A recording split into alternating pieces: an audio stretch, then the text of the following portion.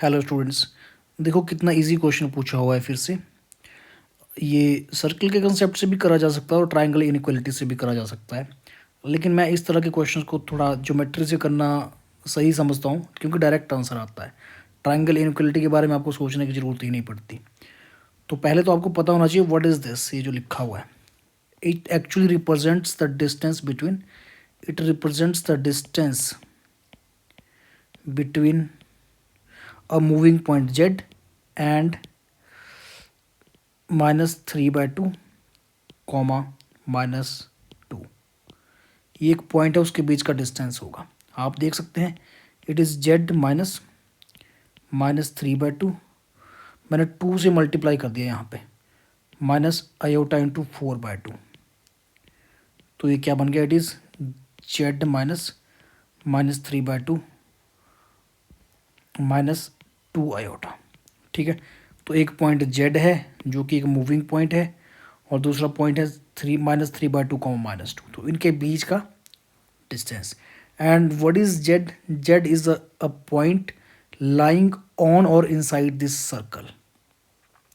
Circle है जिसका centre है ओरिजिन, रेडियस है 1। तो प्लॉट करते हैं इसको। ये सर्कल बन गया, ठीक है। वाई एक्सिस, एक्स एक्सिस, और सर्कल की रेडियस है 1। तो ये हो जाएगा 1,0, 0,1। और जेड ये सारे पॉइंट्स हैं students. Z represents all these points. Circle के अंदर के जितने भी पॉइंट्स हैं वो सारे जेड हैं बेसिकली, या तो सर्कल के ऊपर और इनसाइड वाले सारे के सारे, ये सारे के सारे पॉइंट्स जेड हैं। दे ऑल आर जेड, ठीक है। अब इसके आगे इसने क्या बोला है, हाँ, अब इन जेड का डिस्टेंस निकालना है -3/2, -2 से। तो अगर आप -3/2, देखो यहाँ पे कहीं ओरिजिन होगा, दिस इज ओरिजिन, और ये हो जाएगा आपका 0 -1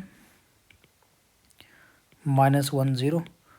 तो अगर -3/2 आप देखते हैं तो ऐसे दिख रहा है डायग्राम, कैलकुलेट करने की जरूरत भी नहीं, कहीं यहाँ होगा, दूर होगा ये पॉइंट, -3/2 एंड -2, थर्ड क्वाड्रेंट का पॉइंट है और ये दूर होगा। तो इस जेड का जो मिनिमम डिस्टेंस आएगा ना स्टूडेंट्स, मिनिमम डिस्टेंस हमेशा सर्कल के केस में अलोंग द नॉर्मल होता है, means it is along the line joining two centre, वो होगा, है ना। तो अगर मैं सेंटर से इस पॉइंट को ज्वाइन कर देता हूँ तो जो लाइन बनेगी उसके ऊपर ये मिनिमम और मैक्सिमम डिस्टेंस होंगे। तो जो ये वाला डिस्टेंस है इसको बोलेंगे मिनिमम, है ना। और अगर इसमें मान लो क्वेश्चन में मैक्सिमम वैल्यू पूछी होती है, वैसे पूछी नहीं है तो मैक्सिमम वैल्यू ये वाली आ जाती है यहाँ से यहाँ तक, ये मैक्सिमम डिस्टेंस होता।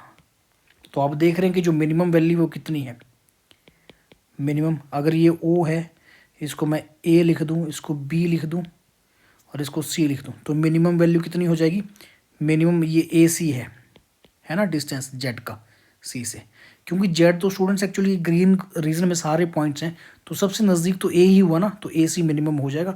It will be OC minus radius of circle, तो सर्कल की रेडियस तो 1 है, तो OC की वैल्यू कितनी आएगी, O ओरिजिन है, 3/2 का स्क्वायर +2 का स्क्वायर माइनस रेडियस 1। तो ये हो जाएगा 9/4 +4 रूट -1। सो ये बनेगा 25, 16 9 25, 5/2 -1, 3/2 आ गया है सारा सॉल्व करके। सो ऑप्शन 3/2, 3/2 इसका करेक्ट है, ठीक है।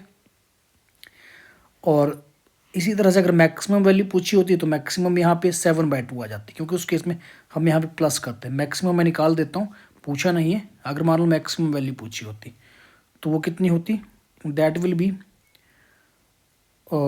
ये CB होता है ना, बी पॉइंट, इस केस में मैक्सिमम बनता। तो CB कितना बनता, it will be OC plus radius. OC की वैल्यू तो हमने 5/2 निकाली है, 1 ऐड कर दिया तो 7/2 आ जाता है, ठीक है स्टूडेंट्स। तो इस तरह से ये क्वेश्चन, और ट्रायंगल इनइक्वालिटी से भी कराया जा सकता था, उससे आप ट्राई कर सकते हैं।